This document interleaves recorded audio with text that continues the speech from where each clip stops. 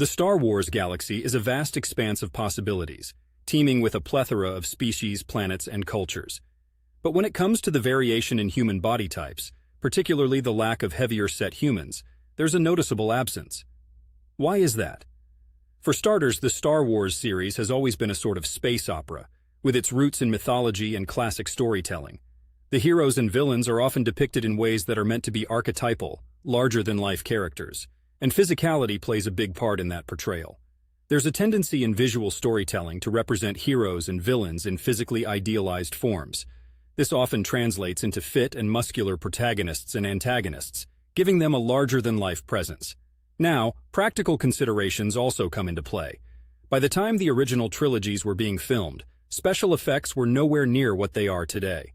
So, actors had to do their own stunts more frequently, and being fit was often a practical requirement of the job.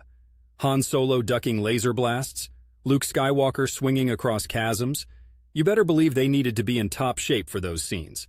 Plus, think about the contexts in which we see humans in the Star Wars universe. Many of them are soldiers, Jedi, or adventurers, constantly on the move, and often in survival situations where food might be scarce and physical demands are high. This lifestyle doesn't lend itself well to sedentary living or over-consuming calories. There isn't much room for a Dagobah fast food chain in the swamps where Yoda lives. And let's not forget about selective storytelling. Star Wars focuses primarily on people directly involved in the action.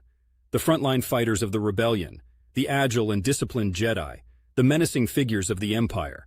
We don't get a snapshot of what the average civilian in a galaxy far, far away looks like, or what their lifestyle entails.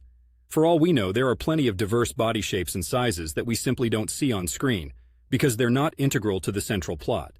But consider this as well. Storytelling has historically followed patterns. In traditional epic tales, and indeed in many modern ones, there is often an emphasis on the physical prowess of the heroes.